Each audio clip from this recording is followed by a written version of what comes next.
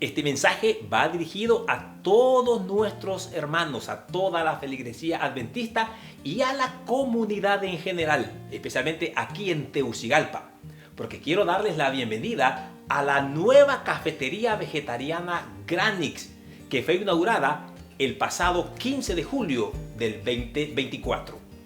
Descubre el lugar perfecto para relajarte, trabajar y reunirte con tus amigos. En Granix Café te vamos a ofrecer café de cereales, así que disfruta de una taza de café elaborado con granos de cereales de ajonjolí, de cebada, de maíz y otros granos, todos saludables, tostados con el mejor esmero. Saborea nuestros deliciosos pasteles y postres preparados diariamente y, por supuesto, de manera más saludable. Prueba nuestras ensaladas frescas y bocadillos nutritivos. La cafetería tiene una variedad de productos de carne vegetal para sustituir la carne animal. También tenemos una variedad de libros cristianos y revistas de salud que te puedes sumergir en una buena lectura que te van a ayudar a crecer de manera espiritual también. Estamos ubicados en Residencial Puerta del Sol, calle Sofía, una cuadra abajo de TV Azteca, a un costado del edificio de la Unión de Honduras aquí en Tegucigalpa. Así que si tú vienes por Tegucigalpa, debes darte una vueltecita para visitar nuestra cafetería vegetariana Granix. ¿Cuál es el horario de apertura? Está abierta de lunes a jueves de 10 de la mañana a 7 de la noche y los viernes de 10 de la mañana a 3 de la tarde. Cerrada los días sábados y domingos. Y el domingo por ahora, posiblemente más adelante tengamos que abrir un horario especial del día domingo. Pero por ahora cerrada sábado y domingo. Sábado pues el día de reposo y el domingo pues es un día que vamos a explorar cómo va avanzando nuestra cafetería. Pero quiero decirte, ven y vive la experiencia en Granix Café, donde cada taza cuenta una historia.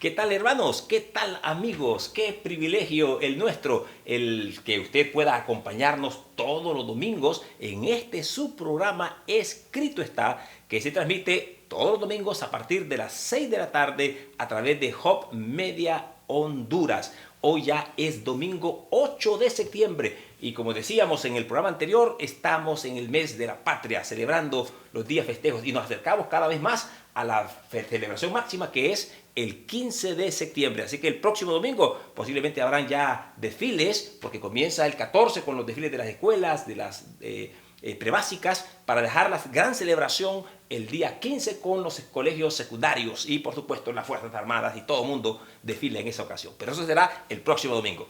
Mientras tanto, queremos agradecerle por su fiel sintonía y vamos a iniciar este programa como de costumbre, invitando a la presencia de nuestro Dios. Así que vamos a orar. Bendito Padre y buen Señor, te agradecemos grandemente tus bondades y tus misericordias. Gracias porque, si bien es cierto, en este mes celebramos el Día de la Independencia, nunca debemos olvidar que también nosotros fuimos liberados de la esclavitud del pecado. Acompáñanos y bendícenos en este programa, lo pedimos y lo rogamos en el nombre de Jesús. Amén. Sigue en sintonía de Hope Media Honduras, llevando esperanza. Bien, mis queridos hermanos, amigos, creo que ya conocemos la temática de este programa y ya estamos listos, acomodándonos para disfrutar de esta hermosa alabanza, que en esta ocasión nos lo trae un grupo de hermanos de Bolivia, el coro Nueva Jerusalén de Bolivia. Nos va a presentar este hermoso canto que lleva por título Segará la tierra el Señor. Así que disfrutemos de esta hermosa alabanza.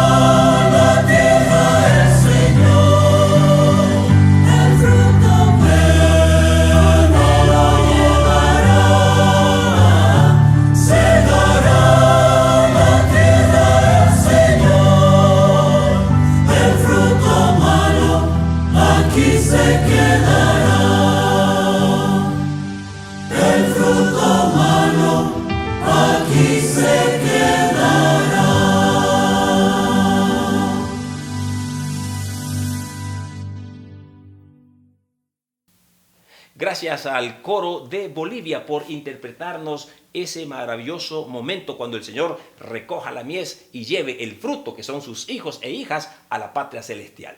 Bien, vamos ahora a nuestra lectura bíblica, que será el preámbulo del tema de esta hora. Así que la lectura bíblica la encontramos en el libro de Isaías, el capítulo 7 y el versículo 14, un texto muy conocido y yo diría también hasta cierto punto profético. Isaías 7:14 dice lo siguiente: por lo tanto, el Señor mismo os dará señal. He aquí que la Virgen concebirá y dará a luz un hijo, y llamará su nombre Emmanuel. Y otros dicen que traducido es Dios con nosotros.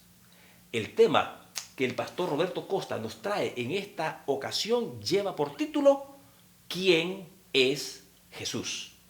Una pregunta. ¿Quién es Jesús? No te muevas de tu asiento. Necesito que escuches este tema porque tenemos que conocer quién es Jesús. Hoy en día hay cualquier cantidad de voces que nos dicen acerca de quién es Jesús. Hay muchas interpretaciones. Dejemos que el pastor Costa, a la luz de la palabra de Dios, nos explique y nos diga quién es Jesús. Pastor Costa, Dios le bendiga, Dios le use. Le dejo los micrófonos y las cámaras para que presente la palabra de Dios. Bienvenido, bienvenida a un nuevo programa de Escrito Está. Gracias por acompañarnos. Hoy continuamos con la serie Viviendo la Esperanza, que nos ayudará a encontrar respuesta a las grandes preguntas de la vida y a reafirmar nuestros pies sobre el terreno sólido de la palabra de Dios.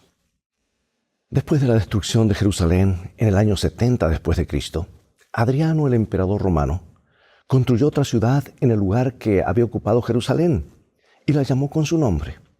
Más tarde, erigió un altar a Júpiter, el dios romano, en el mismo lugar en el que había estado el templo judío. Entonces, para añadirle afrenta al daño, Adriano promulgó un edicto que les prohibía a los judíos practicar su antiguo ritual de la circuncisión.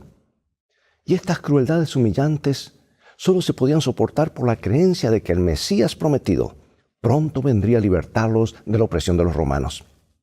En ese momento crucial de la humillación nacional, Bar Kokhba, un joven judío carismático, atrajo a millares de jóvenes celotes a su causa, la causa para liberar a los judíos. Él pretendía ser una luminaria que había venido desde el cielo. Se autodenominaba el Mesías, el libertador, pero no era más que un impostor, un fraude común. Un siglo antes, otro judío afirmó ser el Mesías. De hecho, decía que era el Hijo de Dios. Su nombre fue Jesús, un joven carpintero del poblado norteño de Nazaret. ¿Quién era Jesús de Nazaret? ¿Un maestro? ¿Un filósofo? ¿Un médico? ¿Un humanista? ¿Un predicador? Mantente en sintonía.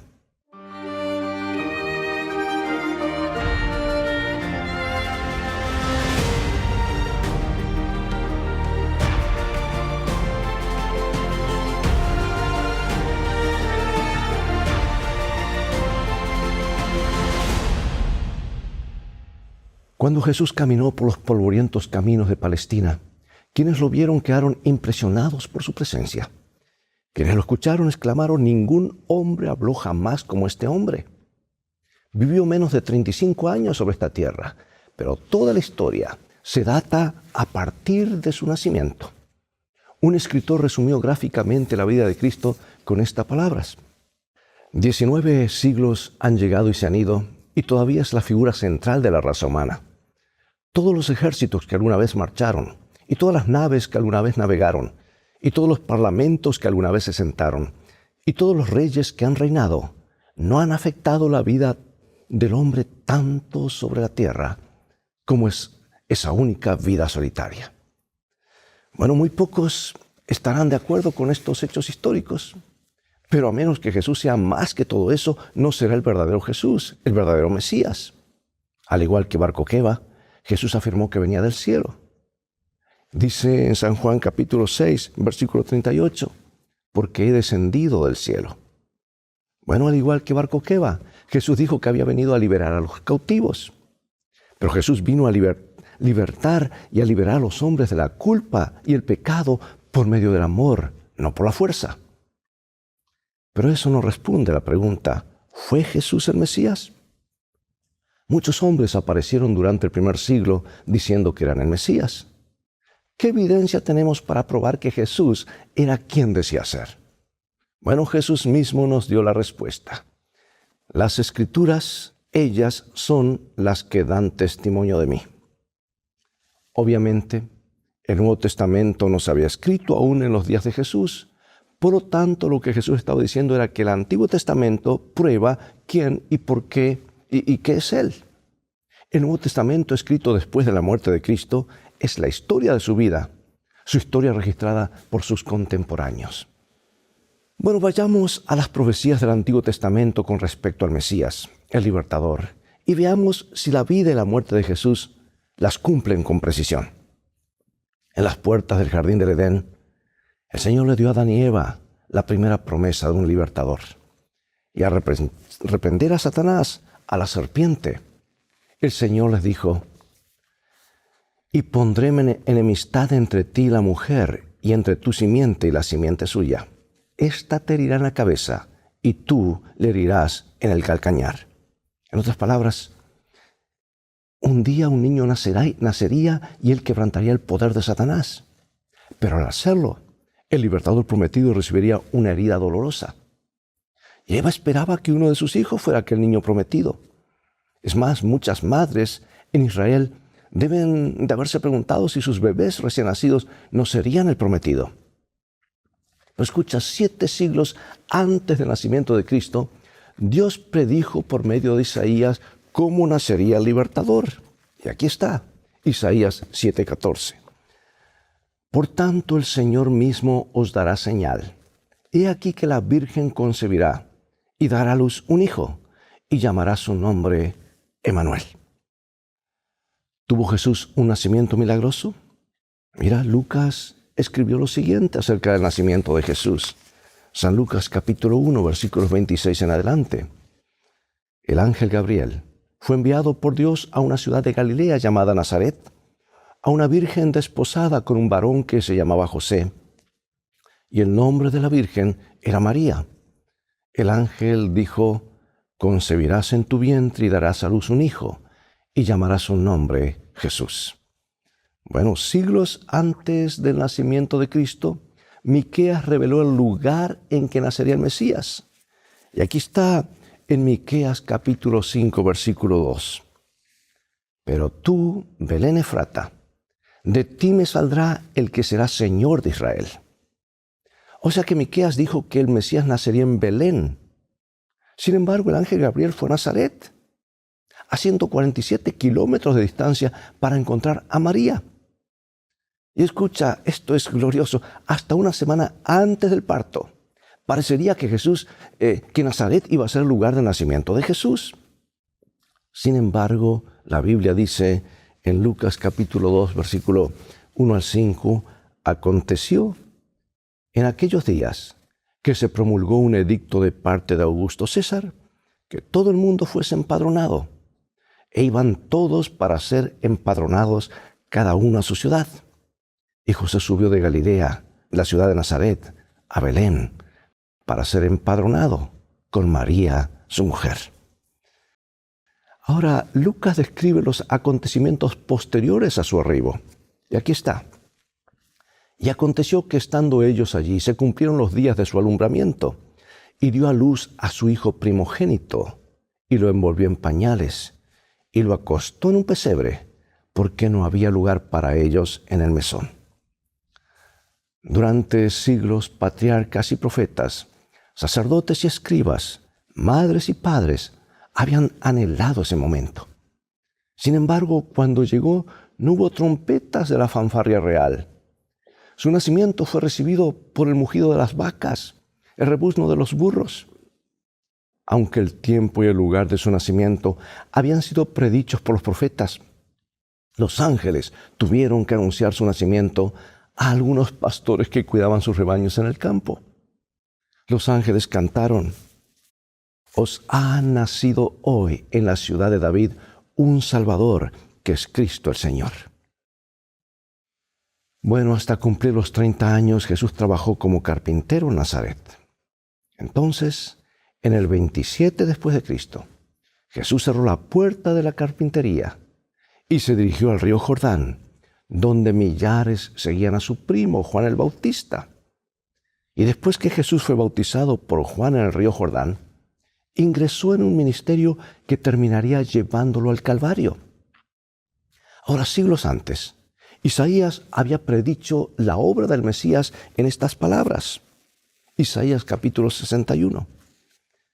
El Espíritu de Jehová el Señor está sobre mí, porque me ungió Jehová, me ha enviado a predicar buenas nuevas a los abatidos, a vendar a los quebrantados de corazón, a publicar libertad a los cautivos y a los presos apertura de cárcel, a proclamar el año de la buena voluntad de Jehová, a consolar a todos los enlutados.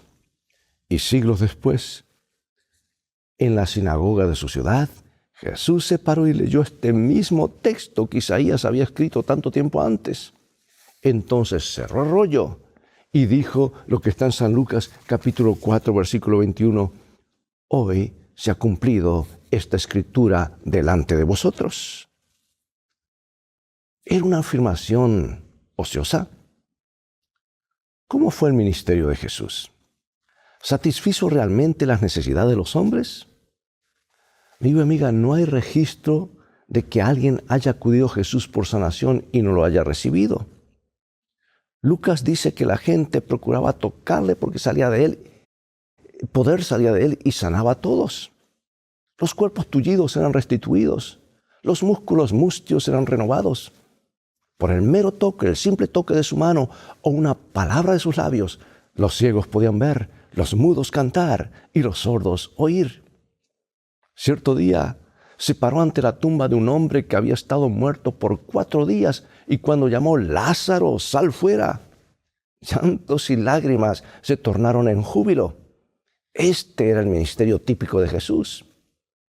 Sus mensajes estaban llenos de gozo y optimismo. A los que estaban deprimidos les decía, andad con alegría. A los que estaban cargados les decía, no te preocupes, levanta el ánimo, o no se turbe tu corazón. Jesús aceptaba a la gente tal como era, cualesquiera fueran sus fragilidades, y porque las aceptaba con amor y comprensión, eran transformadas.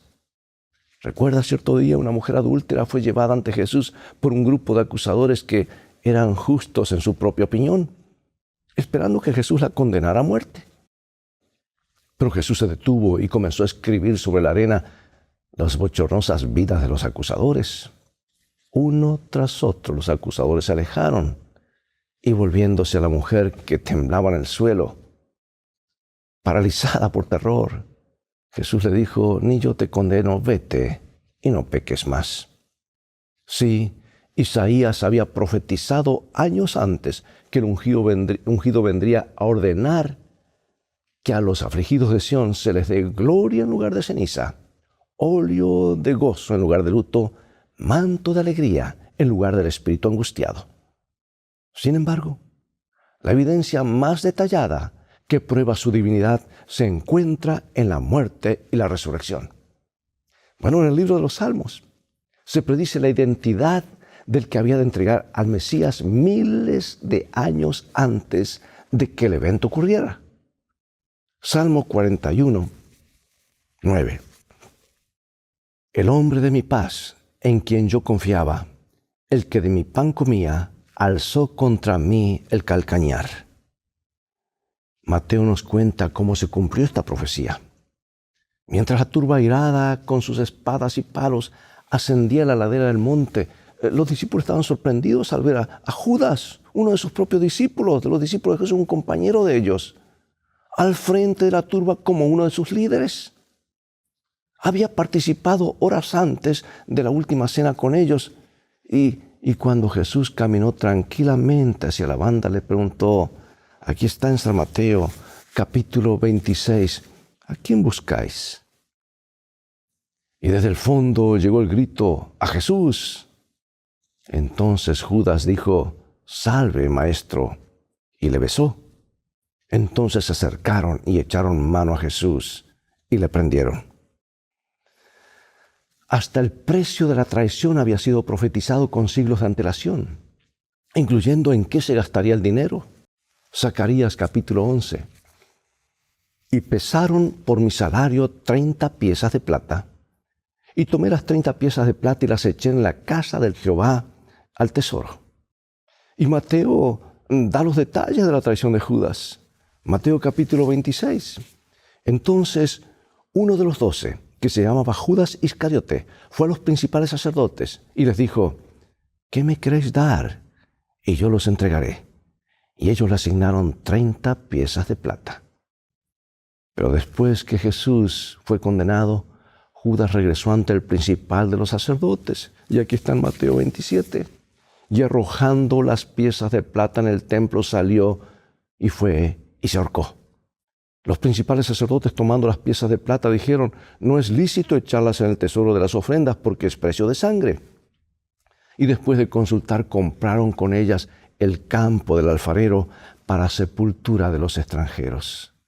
Y aquí vemos una vez más cómo el Nuevo Testamento registra los cumplimientos de las predicciones del Antiguo Testamento. Solo el preconocimiento divino podría haber dado detalles tan precisos.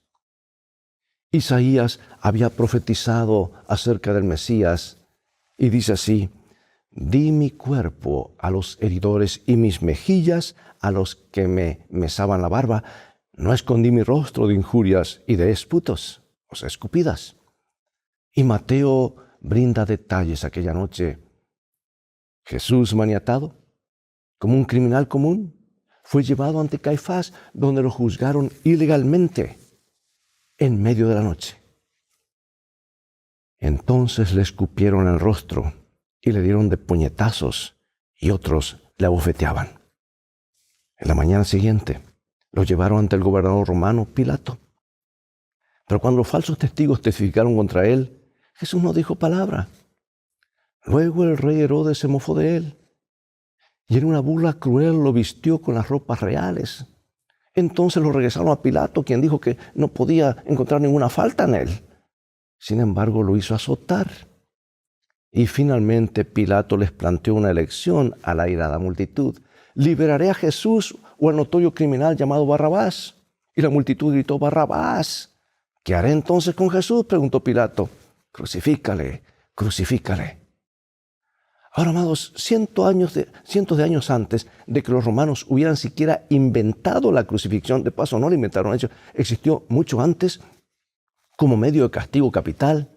Resulta que el salmista había predicho la forma en la que matarían a Cristo. El método común de los judíos, empleado por ellos, era el apedreamiento. Ahora sigamos los pasos de Jesús y veamos qué sucedió con relación a su muerte. David había escrito, y esto está en el Salmo 22, horadaron mis manos y mis pies. Y San Mateo dice que le colocaron una corona de espinas sobre la frente y que lo golpearon en la cabeza.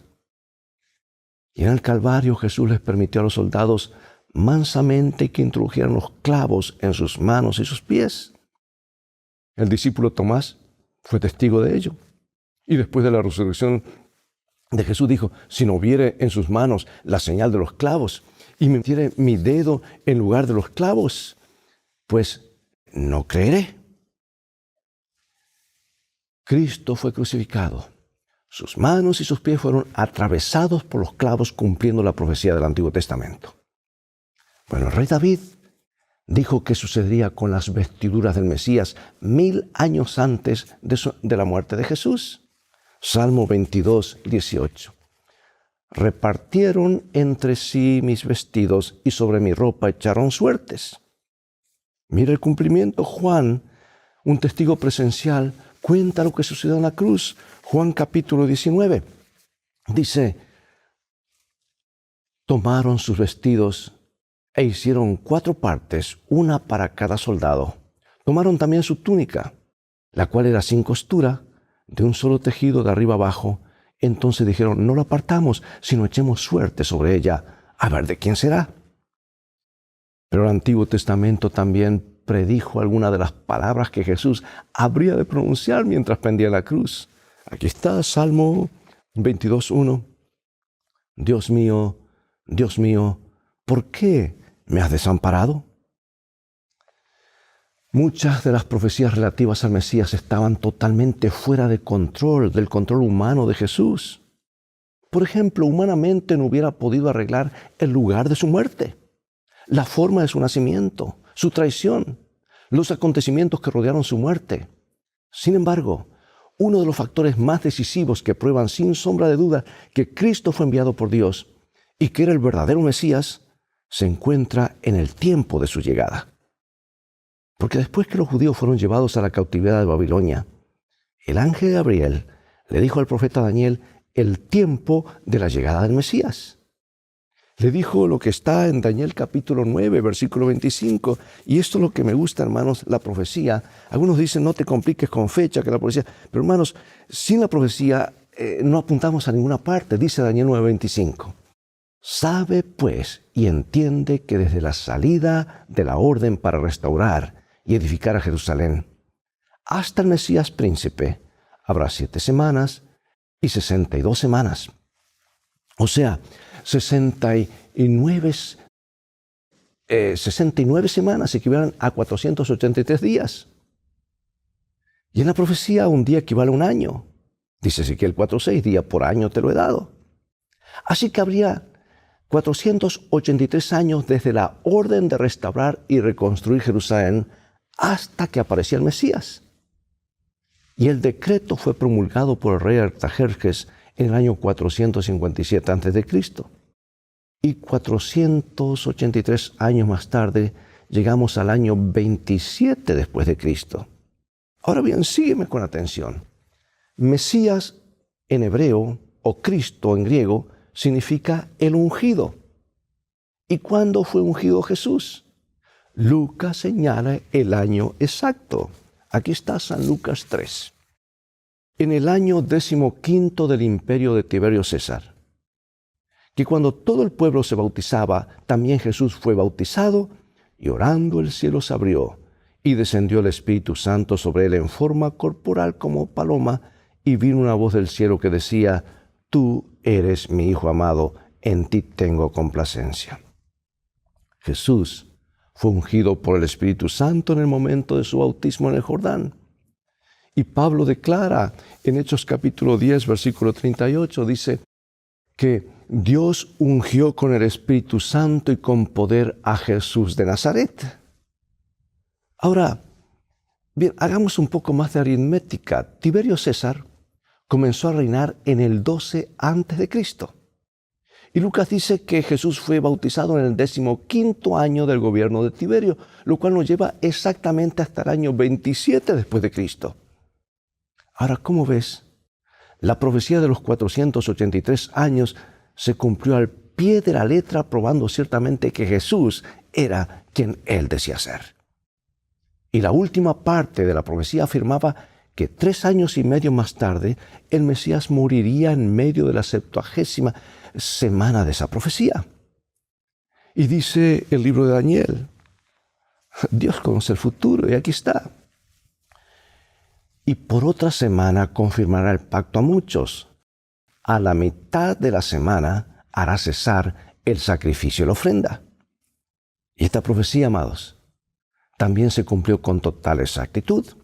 Jesús murió el día 14 del primer mes del calendario judío en el año 31 después de Cristo. Y Marcos registra lo que ocurrió en el templo en el momento de la muerte de Cristo. Y aquí está San Marcos capítulo 15, versículo 38. Entonces el velo del templo se rasgó en 2, de arriba abajo.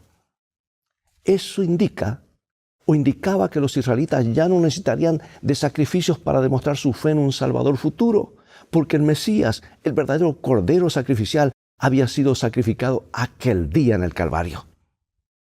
Los sacrificios debían cesar. Y el apóstol Pablo había estudiado estas profecías del Antiguo Testamento, y al reunir la evidencia de testigos oculares de los eventos que rodeaban la vida y la muerte de Cristo, le escribió a su joven amigo Timoteo que Cristo era más que un mero hombre. Él declaró lo que está en 1 Timoteo 3:16. Dios fue manifestado en carne, justificado en el Espíritu, visto de los ángeles, predicado a los gentiles, creído en el mundo y recibido arriba en gloria. Sí, Jesús fue verdaderamente quien dijo ser el Mesías. Amigo y amiga, cuando nuestro Señor colgaba de la cruz, pendía en la cruz con su espalda lacerada por el cruel castigo, sus manos y sus pies atravesados por clavos, su cabeza herida por las espinas, soportando las burlas y los insultos de la multitud, podría haber llamado a 10,000 ángeles para que destruyeran el mundo y lo liberaran, pero no hubiera podido salvarse a sí mismo y salvarnos a nosotros también. Cuánto amor. Debería quebrantar nuestros duros y orgullosos corazones, ¿verdad? Sí, podría haber convocado a miles de ángeles, pero gracias a Dios que no lo hizo. Murió por ti y por mí. ¿No estás agradecido, agradecida por lo que hizo, sigue haciendo y lo que hará? Acompáñame en oración. Padre nuestro que estás en los cielos, gracias por enviar a tu Hijo a esta tierra para traernos esperanza. Gracias por venir a revelar el amor del Padre y por mostrarnos cuánto el cielo nos ama. Rendimos nuestra vida a ti, oh Dios, en gratitud por lo que tu Hijo hizo en la cruz. Ciertamente lo confesamos como el Mesías de nuestras vidas, nuestro Salvador, Señor, nuestro sumo sacerdote y Rey próximo a venir. En su nombre oramos. Amén.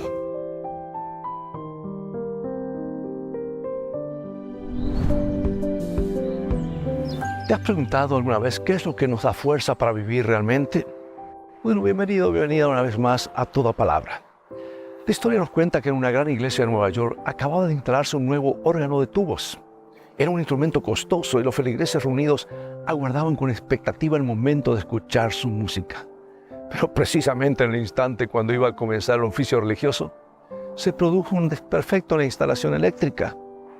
De inmediato se llamó al electricista, quien, después de arreglar la falla, le hizo llegar un papelito al organista estas palabras: después de la oración, after the prayer, will come the power, o sea, vendrá el poder.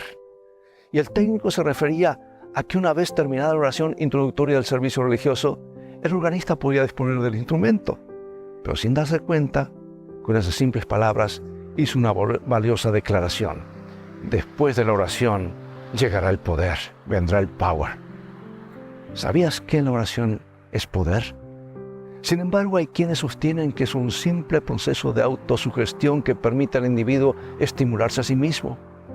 Pero la oración nos permite entrar en audiencia con Dios.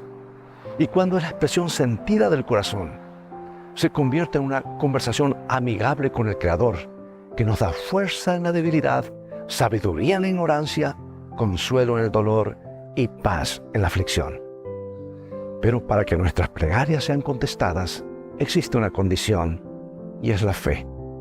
Dice el apóstol Santiago: pida con fe, no dudando nada, porque el que duda es semejante a la onda del mar que es arrastrada por el viento y echada de una parte a otra. Jesús mismo enseñó que la plegaria de fe aún podía mover montañas. Y son las montañas de dificultades que a veces se presentan en la vida. Él dijo: al que cree, todo es posible. Y esa es, amigo y amiga, una mejor manera de vivir de toda palabra que sale de la boca de Dios.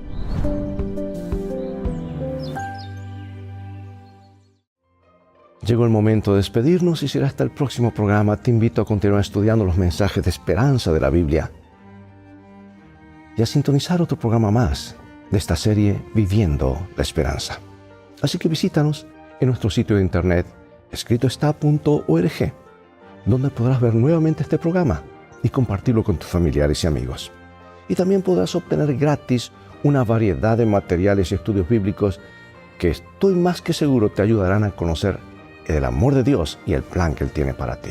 Mientras tanto, Dios te bendiga y recuerda, escrito está: no solo de pan vivirá el hombre, sino de toda palabra que sale de la boca de Dios.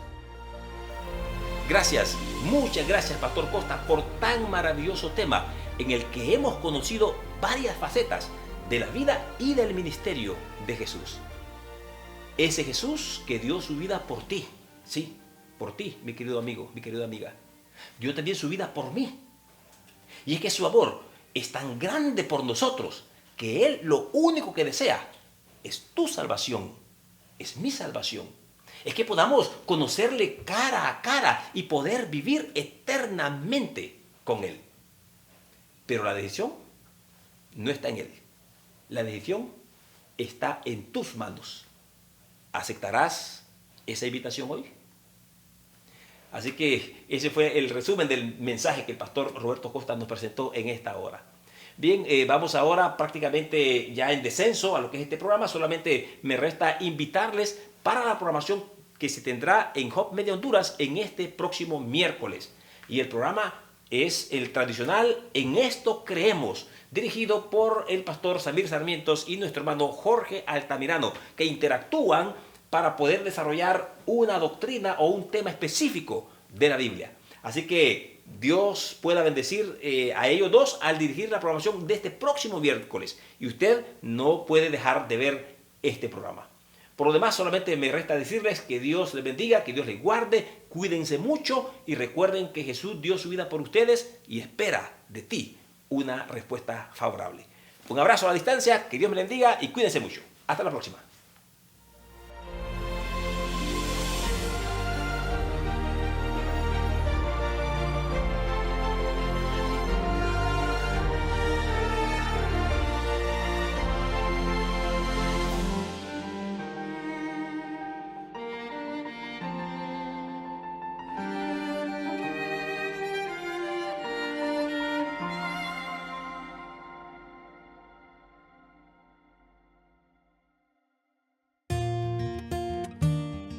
Este mensaje va dirigido a todos nuestros hermanos, a toda la feligresía adventista y a la comunidad en general, especialmente aquí en Tegucigalpa, porque quiero darles la bienvenida a la nueva cafetería vegetariana Granix, que fue inaugurada el pasado 15 de julio del 2024.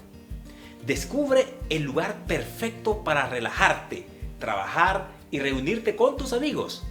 En Granix Café te vamos a ofrecer café de cereales, así que disfruta de una taza de café elaborado con granos de cereales de ajonjolí, de cebada, de maíz y otros granos, todos saludables, tostados con el mejor esmero.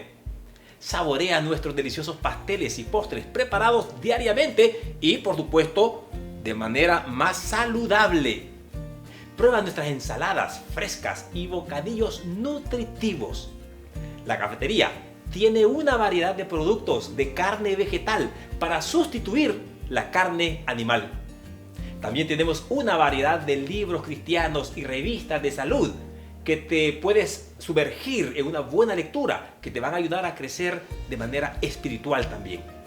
Estamos ubicados en Residencial Puerta del Sol, calle Sofía, una cuadra abajo de TV Azteca, a un costado del edificio de la Unión de Honduras aquí en Tegucigalpa. Así que si tú vienes por Tegucigalpa, debes darte una vueltecita para visitar nuestra cafetería vegetariana Granix.